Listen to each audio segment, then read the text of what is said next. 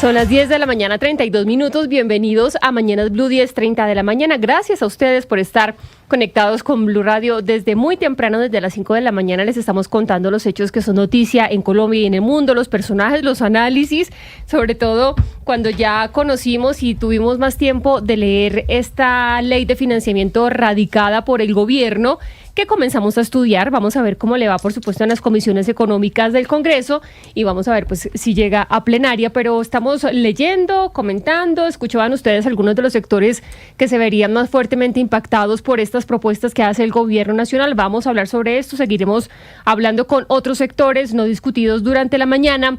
Por supuesto, tenemos temas internacionales. Hay en este momento una cumbre de migración en Riohacha. Mejor dicho, hay un montón de información, pero quiero comenzar, Gonzalo, con una cifra que me tiene impactada y es el número de muertos por el terremoto de Afganistán. Teníamos 800 muertos, que ya era una barbaridad, pero ahorita estamos hablando de ¿cuántos? 1.400 muertos ya.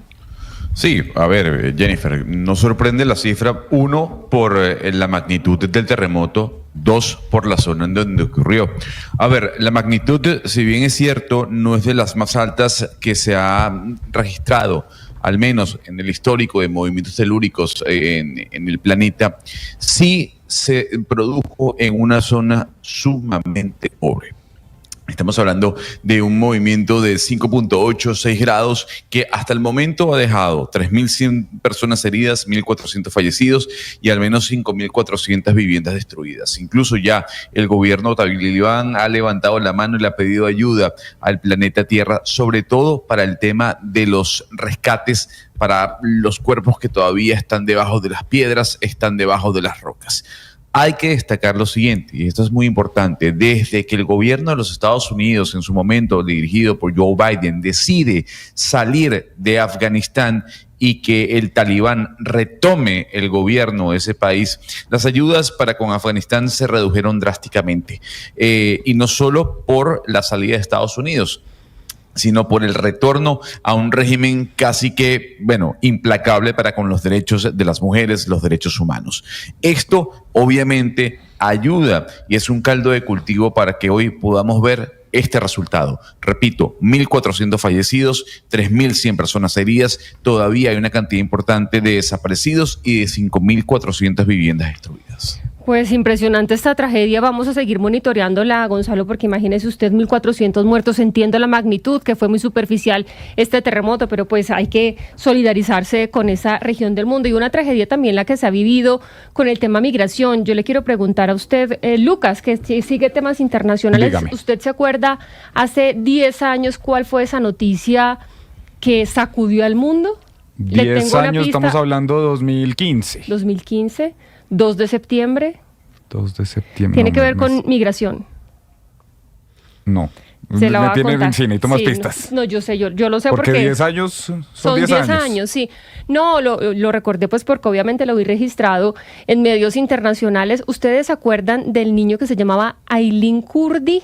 Yo recuerdo que yo estaba trabajando en ese momento en Noticias Caracol, cubriendo la parte internacional, y nos llegó una imagen que sacudió al mundo. Estábamos en todas estas discusiones de migración y apareció un niño muerto, boca abajo, en una playa en Turquía.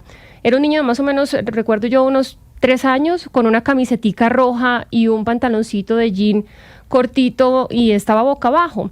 Y recuerdo que esto sacudió al mundo. A mí me impactó muchísimo esa noticia realmente, y creo que el mundo empezó a decir: mire lo que está pasando en el mar Mediterráneo, mire lo que está sucediendo. Hay niños que se están muriendo, niños que obviamente son llevados por sus padres para salir en ese momento de Siria. Acuérdese usted el conflicto tan terrible, sí, pues que había en ese momento en Siria, con toda el recrudecimiento de la violencia, y todo el mundo dijo: esto va a cambiar, pues porque obviamente se empezaron a hablar de políticas, se empezó a hablar de políticas migratorias para cambiar lo que estaba sucediendo. Y estaba viendo yo un informe de la UNICEF en España y también de Open Arms, que es esta organización que después de este suceso con este niño se montó a un barco a rescatar a migrantes, y dice: es que realmente no ha cambiado mucho la situación. Miren el dato que daban.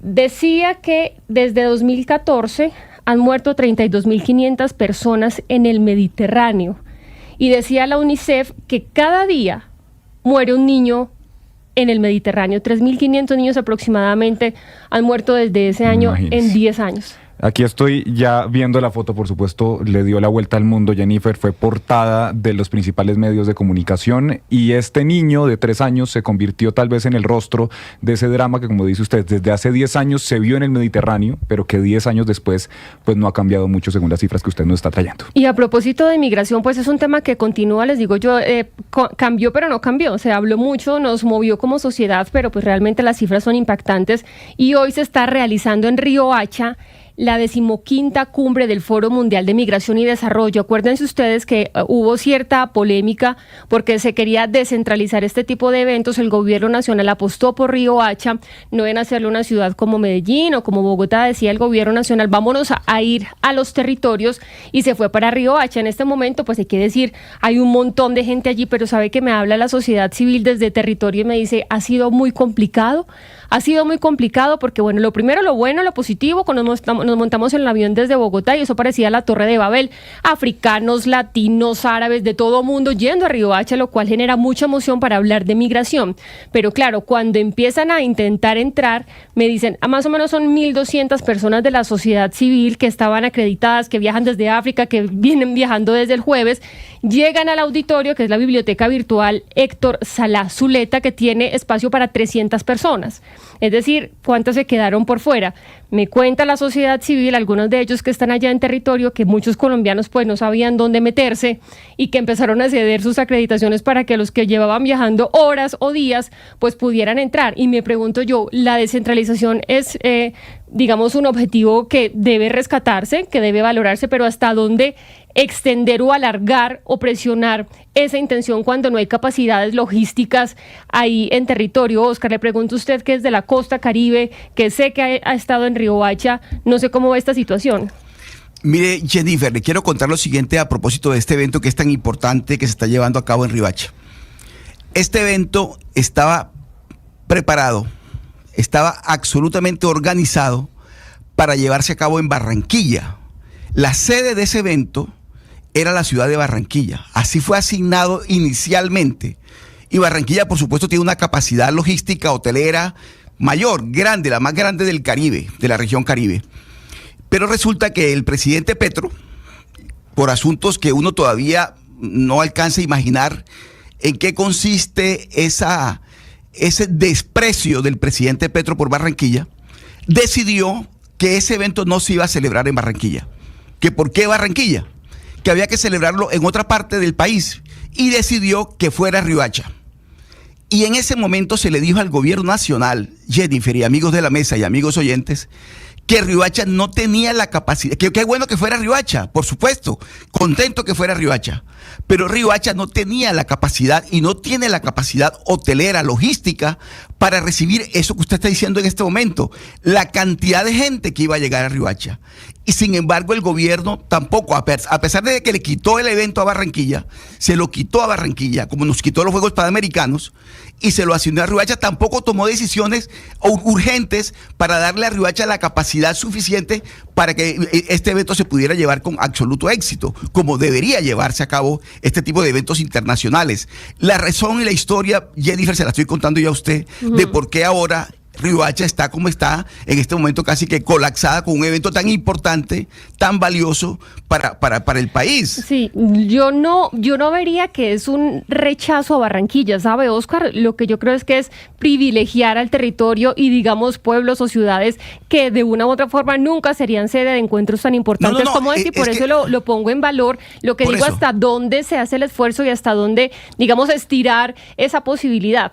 Por otro lado, me cuentan otras personas, entonces, sociedad civil, mire, ha sido un reto, se nota que ha costado mucho al gobierno nacional, allá está presidiendo la Cancillería, pero hemos tenido debates muy enriquecedores, debates muy interesantes, porque acuérdense que estamos hablando del tema con el que empecé, migración, impacto de las mujeres migrantes, el papel de nosotros como medios de comunicación, movilidad por cambio climático, cooperación regional, es decir, allá hay un montón de gente, hay un montón de países, hay reunidos gobiernos y hay reunidos sociedad civil, pero bueno, digamos que son las dos caras de la moneda que no quería dejar de comentar. Jennifer, mire, la última para comenzar con el invitado. No, de acuerdo, y estamos de acuerdo.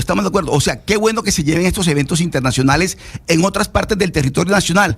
Eso está muy bien, pero el gobierno pudo prepararse mucho mejor. Si no fue Barranquilla, que había sido la sede natural inicial que fue asignada, que fuera Riohacha, pues prepare a Riohacha para este evento y no que se desborde la ciudad por cuenta del evento. Simplemente era ese mi comentario. Por supuesto que qué bueno que sea Riohacha, qué bueno que sea otras partes de Colombia distintas, en ciudades diferentes a Barranquilla, pero que el gobierno tiene que asumir la responsabilidad también. Y estaremos monitoreando pues las discusiones que se lleven allí a cabo, Oscar, y las